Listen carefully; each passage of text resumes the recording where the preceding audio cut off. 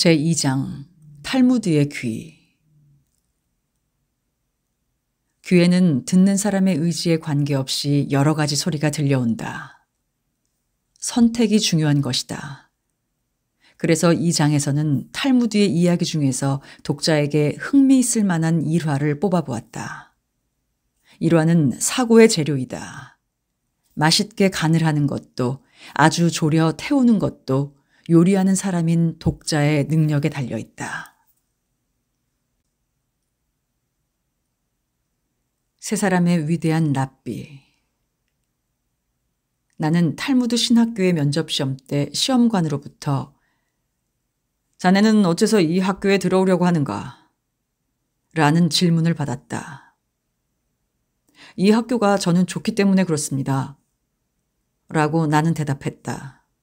그런데 시험관은 만일 자네가 공부를 하고 싶다면 도서관에 가는 편이 더 좋을 걸세. 학교는 공부하는 데가 아니야. 라고 말했다.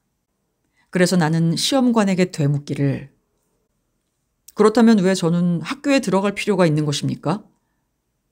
라고 질문을 했더니 그는 학교란 것은 위대한 사람 앞에 앉는 일이지.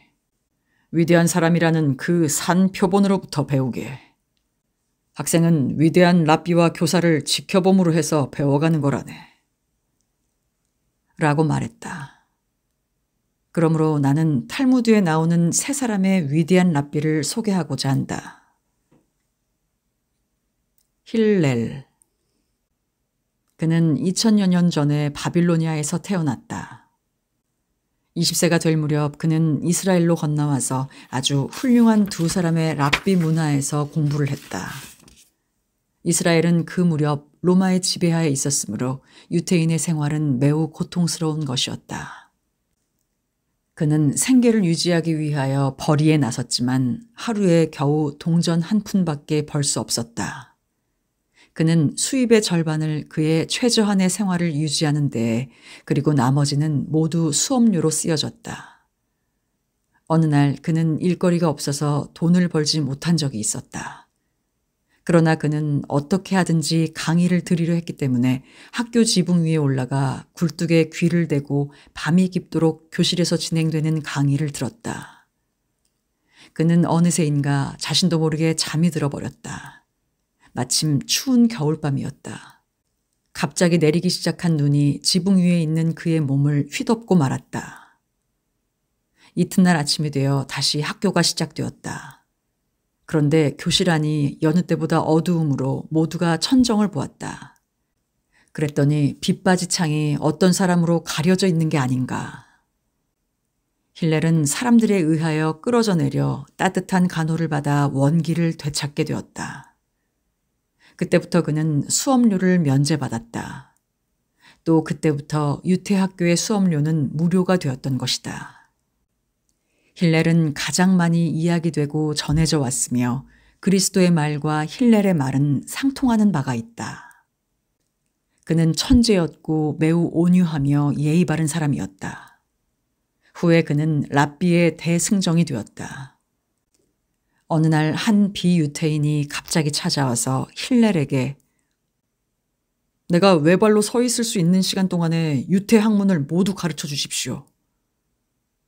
라고 말했다. 힐렐은 그때 자신이 당하고 싶지 않은 일을 남에게 강요하지 말라. 라고 대답했다. 또 언젠가는 힐렐을 화나게 할 수 있는가 없는가 하는 문제로 내기가 벌어졌다. 안식일을 준비하기 위해 금요일 낮에 힐렐이 목욕탕에 들어가 몸을 깨끗이 하고 있을 때 한 남자가 문을 두드렸다. 힐렐은 젖은 몸을 닦고 옷을 걸쳐 입고 문을 열고 나왔다. 그러자 남자는 인간의 머리는 어째서 둥글까요? 라는 말도 안 되는 질문을 쏘아댔다. 힐렐이 대답을 마치고 겨우 목욕탕에 들어가니까 다시 문을 두드리더니 검둥이는 어째서 검을까요? 라는 어처구니 없는 질문을 되풀이했다.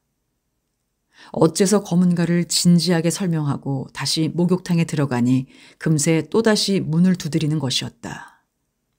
이렇게 하기를 5번 되풀이했다. 끝으로 그 남자는 힐레를 향하여 당신 같은 인간은 없었더라면 좋았을걸. 난 당신 때문에 내기에서 큰 손해를 보게 되었소. 라고 원망했다.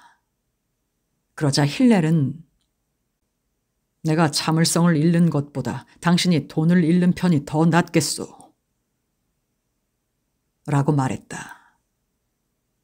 또 어느 날 힐렐이 서둘러 거리를 걷고 있는데 제자들이 그를 보고 선생님, 어째서 그렇게 서두르십니까? 라고 물었다. 그는 좋은 일을 위하여 난 지금 서두르고 있다. 라고 대답하였다. 제자들도 무슨 일인지 궁금하여 함께 따라가 보니 힐렐은 공중목욕탕으로 들어가 몸을 씻기 시작하는 것이었다. 제자들은 놀라며 선생님, 그것이 선행입니까? 라고 물었다. 인간이 자신을 깨끗이 하는 일은 대단히 좋은 일이다. 로마인을 보라. 로마인은 많은 동상을 깨끗이 하고 있다. 그러나 인간은 동상을 씻는 것보다는 자신을 깨끗이 씻는 편이 훨씬 좋은 일을 하는 것이다. 라고 그는 말했다. 이 외에도 힐렐은 여러 가지 위대한 말을 남기고 있다. 그 몇 가지를 소개한다. 당신이 지식을 쌓지 않으면 실은 지식을 감소시키고 있는 것이다. 자신의 높은 직위를 여러 사람들에게 과시하려는 인간은 이미 자신의 인격에 상처를 입히고 있다. 상대방의 입장에 서보지 않고는 사람을 판단하지 말라. 배우려고 하는 사람은 그것을 부끄러워해서는 안 된다. 참을성이 없는 사람은 남을 가르칠 수가 없다. 만약 당신 주위에 뛰어난 사람이 없다면 스스로 뛰어난 인물이 되지 않으면 안 된다. 자신이 자신을 위해 하지 않으면 누가 당신을 위해 해줄 것인가? 지금 그것을 하지 않으면 언제 할 수 있는 날이 있을까? 인생의 최상의 목적은 평화를 사랑하고 평화를 구하고 평화를 가져오는 것이다. 자신의 일만을 생각하고 있는 인간은 그 자신도 될 자격조차 없다.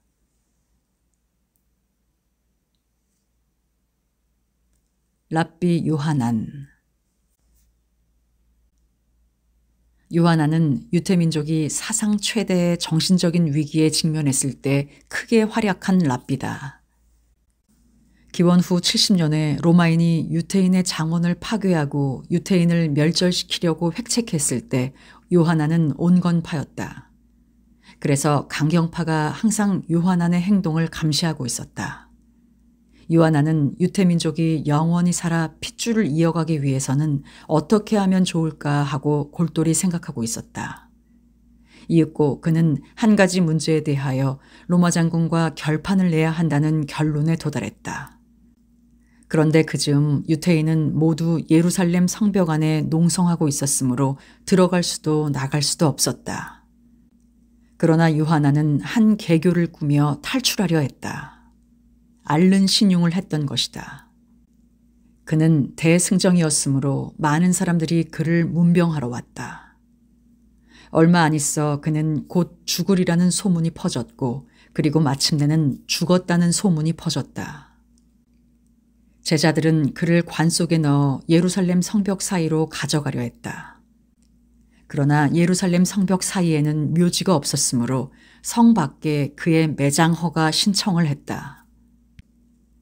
그러나 강경파 수비병들은 그가 죽었다는 것을 의심하여 칼로 시체를 찔러보자 하고 말했다.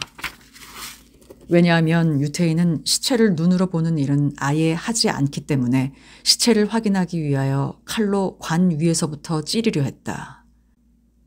그것은 죽은 이를 모독하는 일이다. 라며 제자들이 필사의 항변을 했다. 대개 관을 밖에 방치해두는 것이 유대의 풍습이지만 제자들은 랍비는 대승정이었으므로 엄숙히 매장하지 않으면 안 된다. 고 말하며 물고 늘어져 드디어 로마군의 전선 쪽으로 향했다. 그런데 전선을 지나칠 때 로마병 역시 칼로 관을 찔러 확인해보자. 라고 말하며 칼을 베어 관을 찌르려 했다. 제자들은 당황하여 만일 로마의 황제가 사망했다면 당신들은 칼로 관을 찌릅니까? 우리는 전혀 무장도 하지 않고 있습니다. 라고 설득해서 마침내 전선 후방으로 나오는데 성공했다. 요하나는 관을 열고 나와서 사령관을 만나고 싶다는 뜻을 전했다. 잠시 후 접견을 하게 되었다. 그는 로마 사령관의 눈을 물끄러미 응시하며 나는 귀관에게 황제께 대하는 바와 같은 경의를 표하오. 라고 말했다. 황제에 비유된 사령관은 황제를 모욕했다며 성을 냈다. 그러나 랍비는 아니요. 내가 하는 말을 믿으시오. 귀관은 반드시 후일에 로마 황제가 됩니다. 라고 잘라 말했다. 사령관은 이야기를 알만하오. 그런데 도대체 당신은 무엇을 원하는 것이오? 라고 물었다. 랍비는 단 하나의 청이 있을 뿐입니다. 라고 대답했다. 글쎄, 이런 경우에 있어 독자라면 어떤 말을 할까요? 좀 생각해 보기 바란다. 랍비의 청은 이러했다. 조그만 방이라도 줬소. 10명쯤 되는 랍비가 들어갈 수 있는 학교를 하나 만들어 주시오. 그리고 그것만은 파괴하지 말아 주시오. 랍비는 조만간에 예루살렘이 로마인에 의해 점령되고 파괴되리라는 것을 알고 있었다. 대학살이 일어날 것도 알고 있었다. 그렇지만 학교만 있으면 유태의 전통은 살아남으리라고 확신하고 있었던 것이다. 사령관은 좋소, 생각해보겠소. 라고 말했다. 얼마 후에 로마의 황제가 죽고 이 사령관이 황제가 되었다. 황제는 작은 학교 하나만은 남겨두라. 고 로마 병에게 명령했다. 그때 이 작은 학교에 남은 학자들에 의하여 유태의 지식, 유태의 전통이 이어진 것이다. 전쟁이 끝나고부터 유태인의 생활 양식은 그 학교가 계속 지켜 이끌어 나가게 되었다. 그는 착한 마음을 가지는 것이 최대의 재산이다 라고 말했다. 유태교의 제단에는 돌만을 사용하고 있다. 결코 금속을 사용해선 안 된다. 왜냐하면 금속은 무기를 만들 수 있기 때문이다. 제단은 하나님과 인간 사이에 평화를 가져오게 하는 것이며 동시에 하나님과 인간 사이를 결속시키는 상징인 것이다. 결국 말 못하는 돌까지도 하나님과 인간 사이를 연결시킬 수가 있는 것이다. 그대는 인간이므로 남편과 아내 사이, 나라와 나라 사이에 평화를 가져오게 할 수 있으리라. 라는 말은 요하난의 말이다.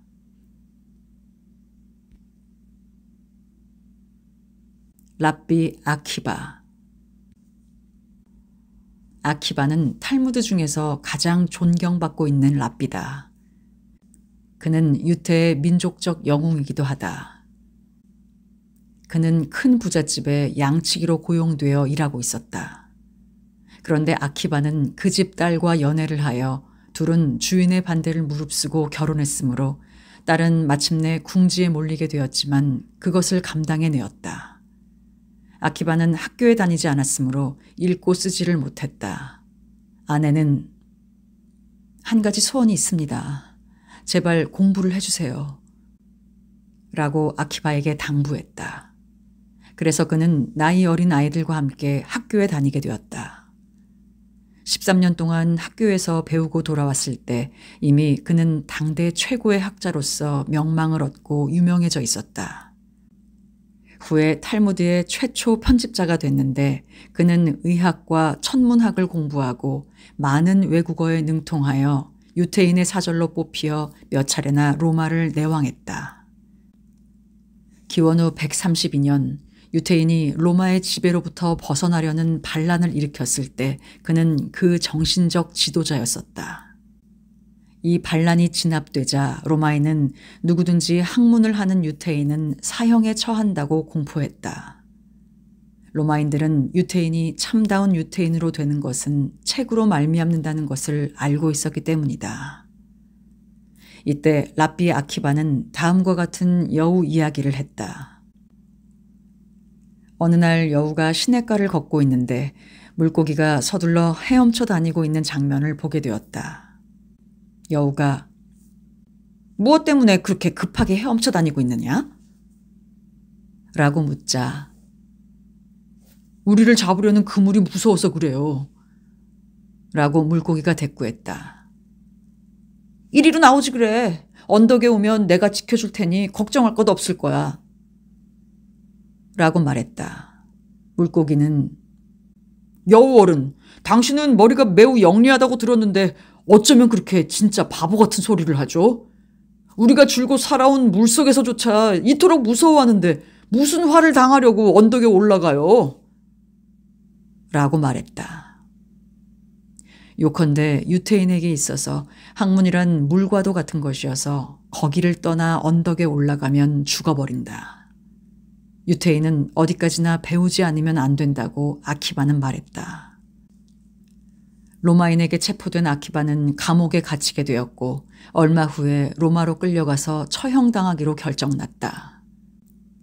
그런데 그때 로마인들은 그를 십자가에 못 박아 죽이는 것은 너무나도 편안하게 죽이는 것이니 그보다 훨씬 더 고통스러운 방법을 써야 한다며 댐 인두로 온몸을 지져서 죽이기로 했다.